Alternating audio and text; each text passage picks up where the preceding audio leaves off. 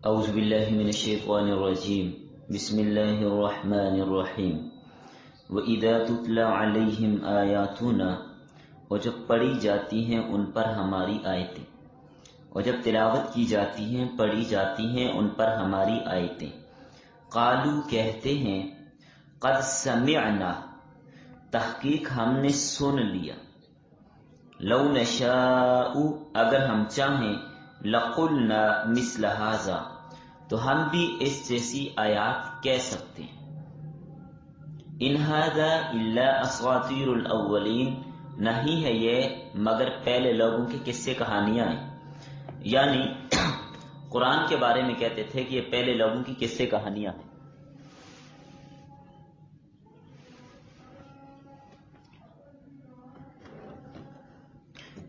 وَإِذْ قَالُوا، اور جس وقت کہا انہوں نے، اللہم، اے اللہ، ان کان ھذا ھو الحق، اگر یہ قرآن حق ہے، یعنی کفار نے کہا کہ اللہ اگر یہ قرآن حق ہے، من عندک، تیری طرف سے، فامطر علینا حجارۃ من السماء، بس برسا دے ہمارے اوپر پتھر آسمان کی طرف سے، اوِئتنا بعذاب علیم، یا لے آ ہمارے پاس کوئی دردناک عذاب۔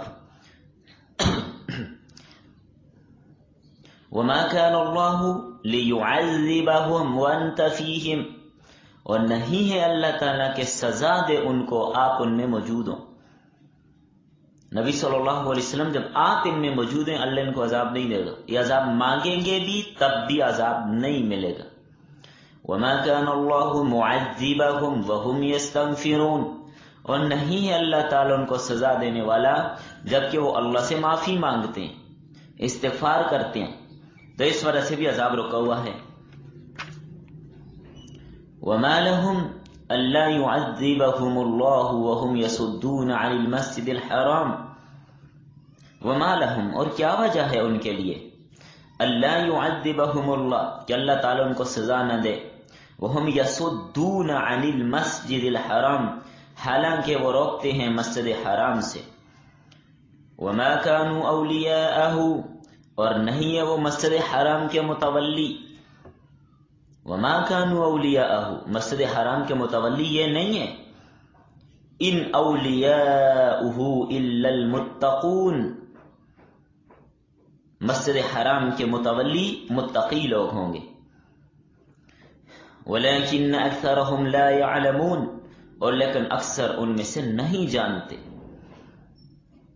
وما كان صلاتهم، اور نہیں ہے ان کی نماز، عند البیت، بیت اللہ کے پاس، الا مکاء وتصدیہ، مگر سیٹیاں بجانا اور تالیاں بجانا، فذوقوا العذاب، پس چکھو تم عذاب، بما کنتم تکفرون، اس سبب سے کہ تم کفر کرتے رہے۔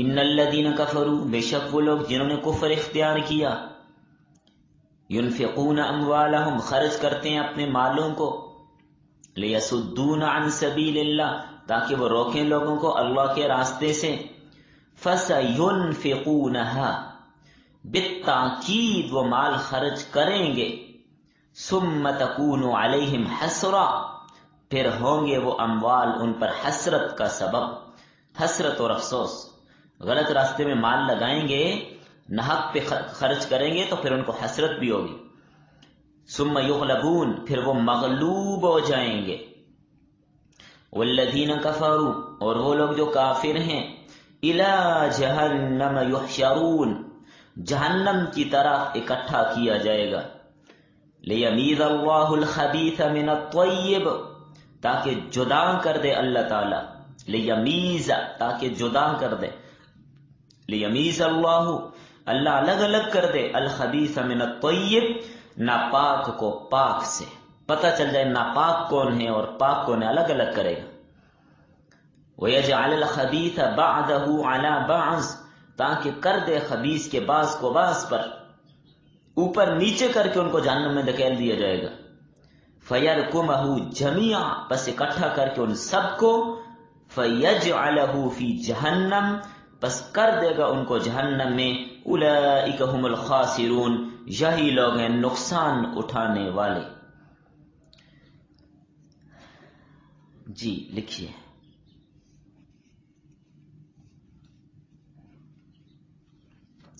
سورہ انفال درس نمبر 8 آیت نمبر 31 تا 37۔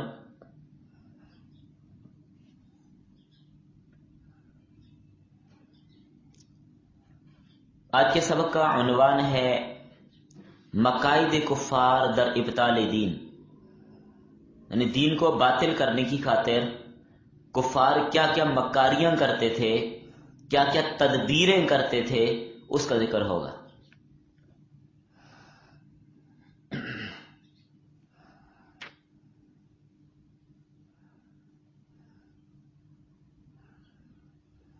سبق کا ربط گزشتہ آیات میں کفار کے مکر و فریب اور نبی صلی اللہ علیہ وسلم سے متعلق ان کی تدابیر کا ذکر تھا کہ نبی کریم صلی اللہ علیہ وسلم کے بارے میں انہوں نے کیا تدبیر کی تھی، کیا مکر کیا تھا، وہ آپ نے کل کے سبق میں پڑھ لی۔ تو آج کے سبق میں دین محمدی کے متعلق، آپ صلی اللہ علیہ وسلم کی شریعت کے متعلق کفار کے مقاصد اور تدبیریں کیا کیا تھیں، تفصیلاً ان کے مکر و فریب کو یہاں پر بیان کیا گیا ہے، اور بتایا گیا ہے کہ وہ دین اسلام کے متعلق کیا کیا تدبیریں کرتے تھے اور اسے مٹانے کے لیے کیا کیا ہیلے تراشتے تھے، اور اسلام کے خلاف کتنی سازشیں کرتے تھے، منصوبے بندیاں کرتے تھے۔ اور دوسرا ربط یہ بھی ہے، گزشتہ آیت میں جو کل کے سبق کے آخر میں آپ نے پڑھی، کفار کی عداوت اور دشمنی کا ذکر تھا، اور اب آج کے سبق میں ان آیات میں کفار کے تمرد، عناد اور بری عادات کو بیان کیا جا رہا ہے۔ یاد اولئک هم الخاسرون تک جہاں تک ہم نے پڑھا ہے یہی تذکرہ چلا گیا ہے، اس لیے میں نے پورا پڑھ لیا تاکہ اللہ کرے یہ موضوع سارا پورا ہی ہو جائے۔ یہ لوگ اپنی ان عادات قبیحہ کی بنیاد پر اس بات کے مستحق ہے کہ انہیں سخت سزا دی جائے۔ تو فرمایا جب ان کے سامنے قرآن کریم پڑھا جاتا ہے، اسے سن کر کہتے ہیں تکبر کرتے ہوئے کہ ہاں ہم نے سن لیا ہے، اگر ہم چاہیں تو ایسا قرآن ہم بھی لا سکتے ہیں، اگر ہم چاہیں تو ایسا کلام ہم بھی کہہ سکتے ہیں۔ جب قرآن سنتے تھے تو کہتے تھے اگر ہم چاہیں تو یہ کام ہم بھی کر سکتے ہیں۔ یہ قرآن ہے ہی کیا، پہلے لوگوں کی کہانیاں ہیں، یہ مشرکین مکہ کہتے تھے۔ آیت کا شان نزول مفسرین نے لکھا ہے یہ آیت نضر بن حارث کے بارے میں نازل ہوئی۔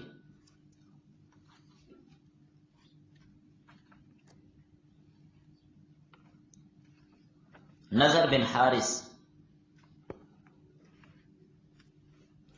یہ فارس اور ہیرا کے علاقوں میں گیا، وہاں سے رستم اور اسفند یار کے قصے کہانیاں سن کر آیا تھا، اور لوگوں سے کہتا تھا کہ آؤ میرے پاس بیٹھو، میں تمہیں قصے کہانیاں سناتا ہوں، یہ جو نبی تمہیں قرآن سناتا ہے یہ بھی تو قصے کہانی ہے نا۔ ان ھذا الا اساطیر الاولین، یہ پہلے لوگوں کی قصے کہانی ہے۔ ٹھیک ہے، قرآن کریم میں پہلے لوگوں کے واقعات بھی ہیں، انبیاء کے واقعات بھی ہیں، پہلی قوموں کے واقعات بھی ہیں، لیکن وہ عبرت کے لیے نازل ہوئے تاکہ ان سے عبرت پکڑو تم، یہ محض قصے نہیں ہیں۔ فَقْصُصِ الْقَصَصَ لَعَلَّهُمْ يَتَفَكَّرُونَ، تاکہ یہ غور و فکر کریں، اس لیے واقعات ان کے سامنے بیان کیجئے۔ اگر یہ انہی لوگوں کے نقش قدم پر چلیں گے، سابقہ کفار کے نقش قدم پر چلیں گے تو ان کا اثر بھی وہی ہوگا، اس لیے بتایا۔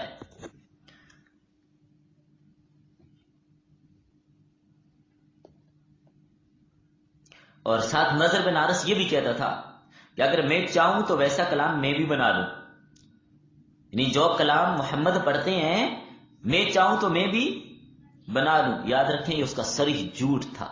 ہے کہ نہیں جھوٹ؟ صریح جھوٹ ہے. کہاں قرآن اور کہاں رستم کے قصے.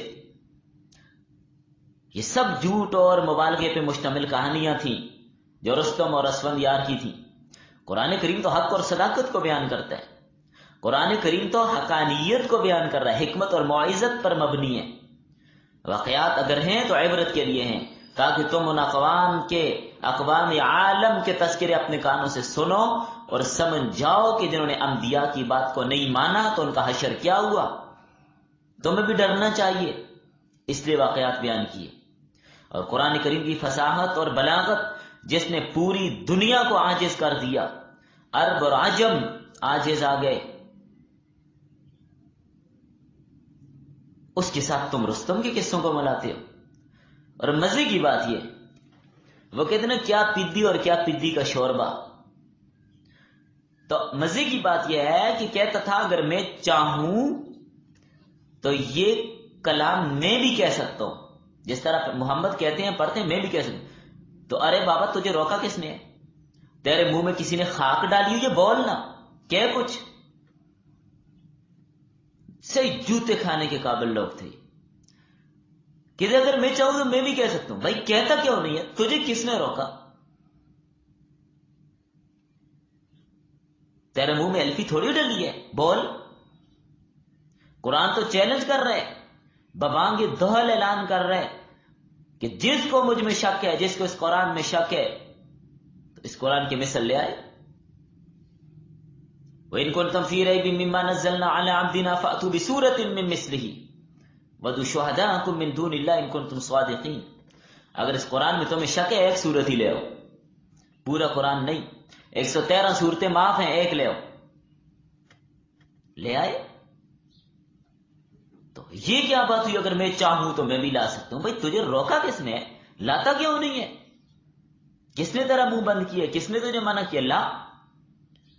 جب دعویٰ کر رہا ہے کہ میں چاہوں تو اس جیسا قرآن میں بھی لا سکتا ہوں، تو کیوں نہیں لاتا؟ وہ بات وہی ہے، کسی نے کہا تھا کہ میرا گھوڑا اگر چلے تو ایک دن میں یہاں سے لندن پہنچ جائے، مگر چلتا نہیں ہے. بات سمجھ آ گئی؟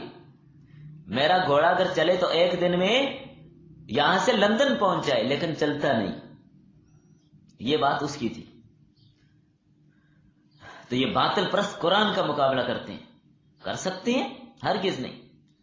تو قرآن کی بات کا مقابلہ نہیں. ہاں تلواریں لے کر مقابلے کے لیے آ گئے، جنگ کے لیے آ گئے، لیکن وہاں سے بھی نامراد ہوئے.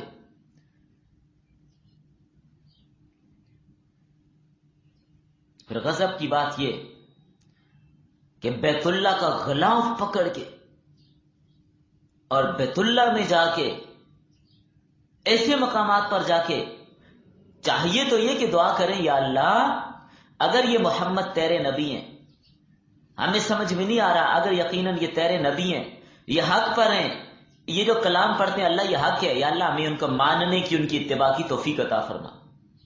یوں دعا کرنی چاہیے تھی نا. یوں دعا کرتے کہ یا اللہ اگر یہ قرآن حق ہے، یہ محمد تیرے نبی اور تیری طرف سے ہیں، تو یا اللہ ہمیں پر ایمان لانے کی توفیق دے، اپنانے کی توفیق عطا فرما. لیکن غضب کی بات یہ کہ وہ جا کر کہتے ہیں کہ اللہ اگر یہ قرآن سچ ہے اور تیری طرف سے ہے تو ہمارے اوپر پتھروں کا عذاب برسا. اس سے بڑی بیوقوفی کیا ہوگی؟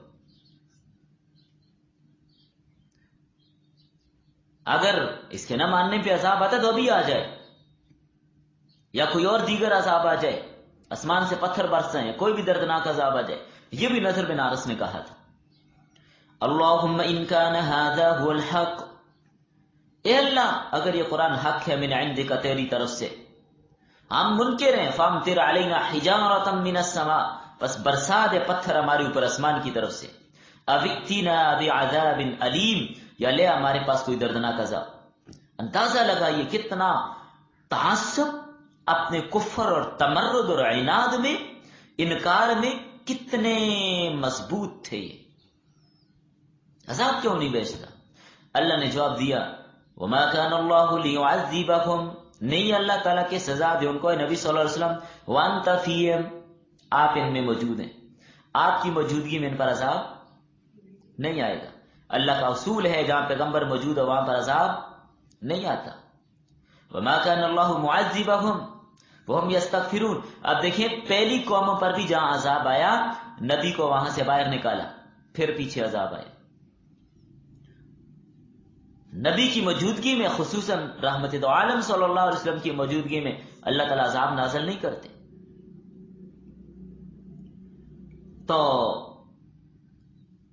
یہ نضر بن حارث کے بارے میں حضرت عطا فرماتے ہیں 10 سے زائد آیتیں نازل ہوئی ہیں، جیسے سأل سائل بعذاب واقع ربنا عجل لنا قطنا قبل يوم الحساب فاسقط علينا كسفا من السماء۔ تو یہ ساری نضر بن حارث کے بارے میں آیتیں نازل ہوئی۔ پھر اس کی یہ دعا قبول ہو گئی، بدر والے دن مارا گیا ابو جہل بھی، اور جس طرح امم سابقہ کے متکبرین جو انبیاء کو یہ کہتے تھے کہ اگر تو سچا ہے تو عذاب لے آ گیا عذاب، پھر بدر کی شکل میں ان پر عذاب آ گیا۔ اور یہ دعا ان کی حماقت کی کتنی بڑی دلیل ہے، ان کی جہالت کی کتنی بڑی دلیل ہے۔ کہنا تو یہ چاہیے تھا اللہ اگر یہ قرآن سچا ہے، یہ دین سچا ہے تو اللہم ان کان ھذا ھو الحق من عندک فاہدنا، اللہ اگر یہ قرآن سچا ہے، حق ہے، یہ دین تیری طرف سے ہے، فاہدنا تو ہمیں ہدایت دے دے، ووفقنا لاتباعہ اس کی اتباع کی ہمیں توفیق عطا فرما۔ یوں دعا کرنی چاہیے تھی، لیکن بدبخت جب عقل پر پردہ پڑ جائے، شرم و حیا ختم ہو جائے، ذرہ برابر بھی جس میں عقل نہ رہے اس نے پھر یہی بد دعا کرنی ہے کہ عذاب آ جائے۔ تو جب عذاب نازل ہوا تو پھر اس پہ دوسری حماقت ان کی یہ تھی کہ ہم حق پہ ہیں۔ حماقت جب عذاب نہ آیا، نہ نازل ہوا، پھر اور جہالت کا ثبوت دیا انہوں نے کہ دیکھیے ہم حق پہ اس لیے ہمارے اوپر عذاب نہیں آ رہا۔ لیکن ان کو معلوم ہونا چاہیے جب تک نبی موجود ہے اللہ عذاب نہیں دیتے، جہاں نبی موجود ہو وہاں پر عذاب، تو نبی ہر جگہ موجود تو نہیں ہے۔ نبی کا نفس وجود ہی ان پر عذاب نازل ہونے سے مانع ہے، ایک۔ اور نمبر 2 دوسری وجہ جس کی وجہ سے عذاب نہیں آتا وہم یستغفرون، وہ کیا کرتے تھے؟ استغفار کرتے تھے۔ تو جہاں پر کوئی استغفار کرے اللہ عذاب نازل نہیں کرتا۔ یہ تو کفار ہیں، یہ استغفار کرتے ہیں، اللہ نے عذاب روکا ہوا ہے۔ اگر مسلمان استغفار کریں تو عذاب آئے ان پر؟ کبھی نہیں۔ اس لیے جو روزانہ استغفار کرے گا وہ جہنم میں کبھی نہیں جا سکتا۔ اپنے گناہوں سے جو معافی مانگے گا روزانہ وہ جہنم میں کبھی، ہاں ایمان شرط ہے، ساتھ مومن بھی ہو نا۔ اس لیے ہمارا جو سلسلہ عالیہ نقشبندیہ اس میں یہی ترتیب آپ کو بتائی جاتی ہے، 100 بار صبح اور 100 بار شام کو استغفار کی ایک تسبیح ضرور پڑھنی۔ تو جہاں پر استغفار کیا جائے عذاب نہیں آتا۔ اب مشرکین مکہ کہاں استغفار کرتے تھے؟ یہ بھی ایک سوال ہے نا، کہاں استغفار کرتے تھے؟ تو جب یہ طواف کرتے تھے تو طواف کے دوران کہتے تھے غفرانک غفرانک، یہ پڑھتے رہتے تھے۔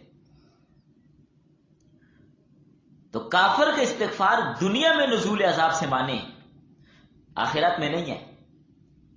آخرت میں کافر عذاب سے بچ نہیں سکتا۔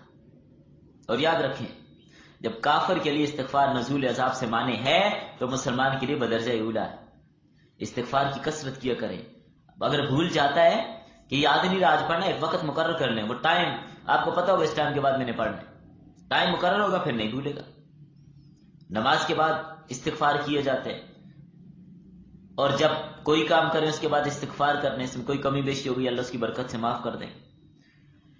تو بہرحال قریش اپنے آپ کو کعبے کا متولی بھی کہتے تھے، اگلی آیتوں میں آپ نے پڑھ لیا ترجمہ سارا، اپنے آپ کو کعبے کا متولی بھی کہتے تھے کہ کعبے کے متولی ہم ہیں۔ تو یہاں پر یہ بتا دیا گیا، اصل میں یہ ان کو دعوت ہے نا کہ ہم حضرت ابراہیم علیہ السلام کی اولاد میں سے ہیں، تو متولی ہم ہیں، کسی اور کو قریب آنے نہیں دیتے تھے، مسلمانوں کو داخلے کی اجازت نہیں تھی۔ نبی صلی اللہ علیہ وسلم جب عمرہ کے لیے آئے تھے حدیبیہ کے مقام پر انہوں نے روک دیا تھا، نہیں آنے دیا، کسی اور کو بیت اللہ میں داخل نہیں ہونے دیتے تھے، یہ عام اس کے حقدار ہیں۔ تو اللہ تعالیٰ نے فرمایا متولی بننے کا حق صرف اسی کو ہے جو پرہیزگار ہو، جو اللہ سے ڈرنے والا ہو، جو اللہ اور اس کے رسول کی اتباع کرنے والا ہو۔ بے انصافوں کا کوئی حق نہیں ہے کہ وہ کعبے کے متولی بنے۔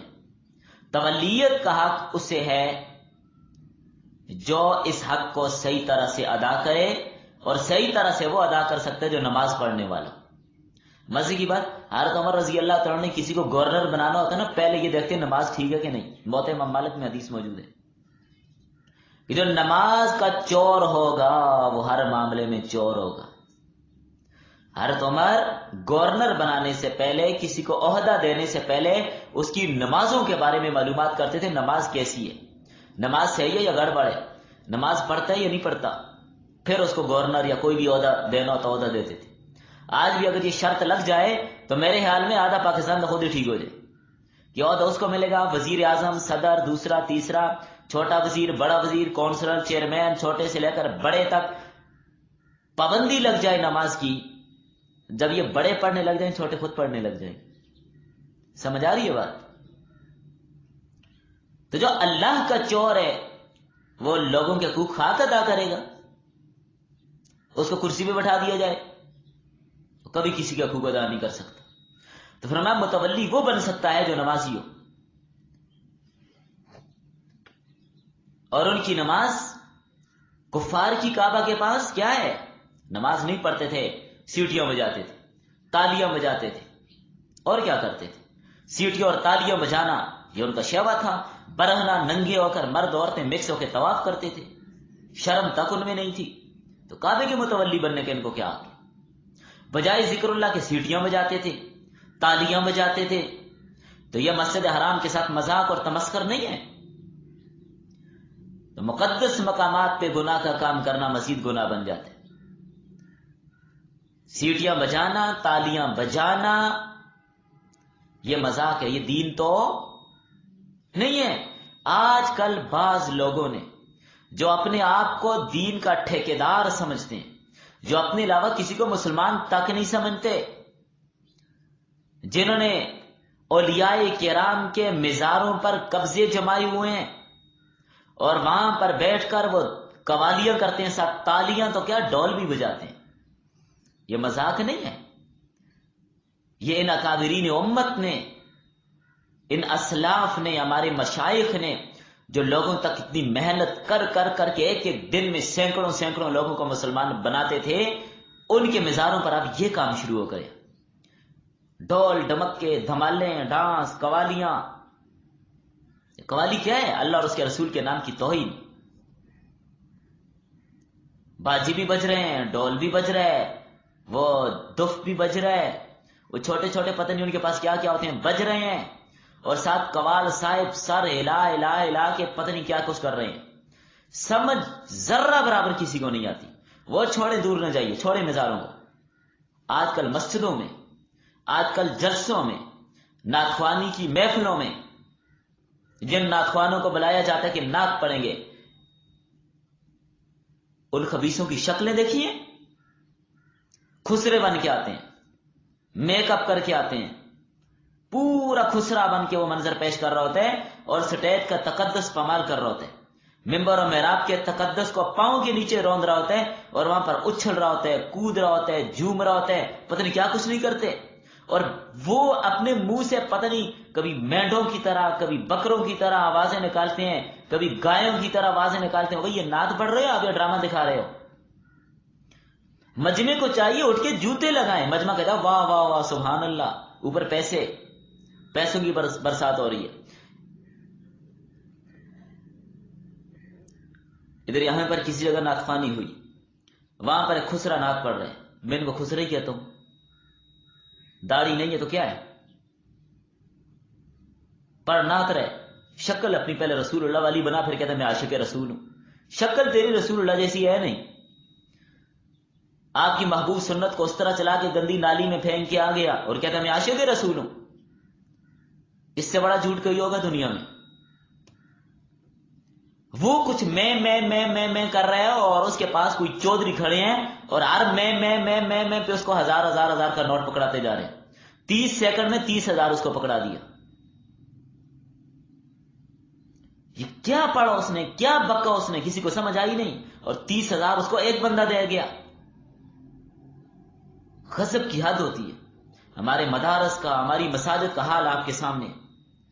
مسجدوں کا بل نہیں پورا ہوتا, مسجدوں کی تنخواہیں نہیں پوری ہوتی, مسجد کے اندر پڑھانے والے بیچارے کتنی تنخواہ ان کو دی جاتی ہے, اس کے لیے 100 روپئے لوگوں کو مہینے کا دیتے ہوئے پتہ نہیں مرچیں لگتی ہیں, اور چاہتی ہیں کہ مسجد میں ایسی ہر وقت چل رہا ہو, پنکھے سارے چل رہے ہوں. مہینے کا دیتے 100-500 نہیں ہے, اس سے کیا بنتا ہے. اور یہ جو ناتخوان خسرے آ کر ڈرامہ رچا کر چلے جاتے ہیں, 1 سیکنڈ میں اس کو تم 1,000 دیتے ہو اور پورے آدھے منٹ میں اس کو 30,000 دے کے چلے جاتے ہو, ایک بندہ. اور یہ جو خسرے ناتخوان آتے ہیں, 5 لاکھ یہ کراچی کے ایک ناتخوان میں ہے, 5 لاکھ ایک نعت پڑھنے کا لیتے, اور وہ نعت ہے بھی نہیں, ساری ڈرامے بازی ہے اس میں, شرکی الفاظ اس میں, شیعوں والی منقبتیں اس میں. ہم نے دین کو کھیل بنا دیا. جو لوگ دین کے اصل وارث ہیں مساجد کے, مسند حدیث پر بیٹھ کر بخاری پڑھانے والی کی تنخواہ 15,000 ہے. وہ ایک مہینہ, وہ ایک بخاری پڑھانے کے لیے کتنی کتابوں کا مطالعہ کر کے کتنی جان کھپاتا ہے. اور صبح سے لے کر شام تک کتابیں پڑھانے والے, ان کی تنخواہ 15 سے 20,000 اس سے اوپر نہیں جاتی, وہ بھی ابھی جا کر. لیکن ان خسروں کو تم اتنے پیسے دے رہے ہو, یہ دین کا مذاق اڑایا ہوا ہے. ان قوالوں کے اوپر پیسے ایسے پھینکتے ہیں تو پتہ نہیں درختوں کے ساتھ سے توڑ کے لے گئے ہیں. کہاں جاتے ہیں اس وقت پیسے؟ سمجھ جائیے کہ دنیا برباد ہو رہی ہے, دین کی دشمنی ہو رہی ہے, دین کے ساتھ بغض اور عداوت شروع ہو گئی ہے. یہ حالات بتا رہے ہیں. تو بہرحال ان لوگوں کی نماز کیا ہے؟ وہ مشرکین مکہ کا یہاں پر بتایا جا رہا ہے کہ ان کی نماز کیا ہے. قوالوں سے پوچھیں تمہاری نماز کیا ہے, کسی قوال سے پوچھ کے دکھائیے نا وضو کے فرض کتنے, اتنا بھی اس کو پتہ نہیں. نماز تو دور کی بات ہے, کبھی اس نے وضو کیا بھی ہو تو تب ذرا پوچھئے نا. اللہ تعالی ہدایت دے. تو بہرحال فرمایا کفار اپنے مال اس لیے خرچ کرتے ہیں کہ اللہ کی راہ سے لوگوں کو روکیں. بدر میں ایسا ہی تھا, 12 سرداروں نے ایک دن ایک پورے لشکر کا کھانا اپنے ذمہ لیا. ایک شخص کی طرف سے روزانہ 10 اونٹ ذبح کیے جاتے تھے, 10 اونٹ روزانہ ذبح ایک بندہ کرتا تھا بدر کے موقع پر کفار کی طرف سے. تو ان کا جو خرچہ, یہ جو پیسہ لگایا, یہ ان کے لیے خسارہ ہے. دنیا میں بھی پیسہ ضائع, فتح بھی نہیں ہوئی, نصرت بھی نہیں ہوئی, آخرت میں جہنم کا سبب بھی بنا. اور یہ یاد رکھیے گا قوالوں کا ہے, جن پر تم اپنا پیسہ لگاتی ہو, یہ دنیا میں بھی خسارہ, آخرت میں بھی خسارہ ہے. جو قوال تمہیں دین تھوڑا دے رہے ہیں, تمہیں میں سنا کے چلے جاتے ہیں اور تم ان پر پیسے لگا دیتے ہو. دنیا میں بھی گیا پیسہ بھی ضائع, آخرت بھی ہاتھ سے نکل گئی. تو اپنا پیسہ کسی مسجد مدرسے میں لگاتے, کسی دیندار پر لگاتے, تمہیں دین سکھاتا, تمہیں فائدہ تو ہو جاتا, پیسہ ضائع تو نہ ہوتا. بعض مفسرین نے یہ بھی لکھا کہ ابو سفیان کے بارے میں آیت نازل ہوئی. یہ وہی جو بدر کے موقع پر جو شام کی طرف تجارت کے لیے گیا ہوا تھا, تو وہاں سے جب وہ اپنی فوج لے کر آیا تھا واپس اپنے قافلے کو, تو ادھر ابو جہل لڑنے کے لیے آ گیا تھا. تو اس موقع پر جتنا اس کو منافع حاصل ہوا تھا, اس نے غزوہ احد کے بعد 2000 کا لشکر اس نے تیار کیا تھا.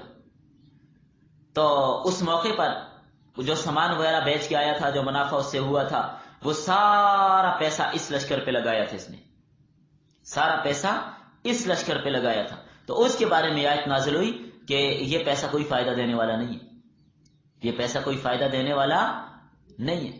فائدہ وہاں پر ہوگا جہاں پر دین کا کام ہو.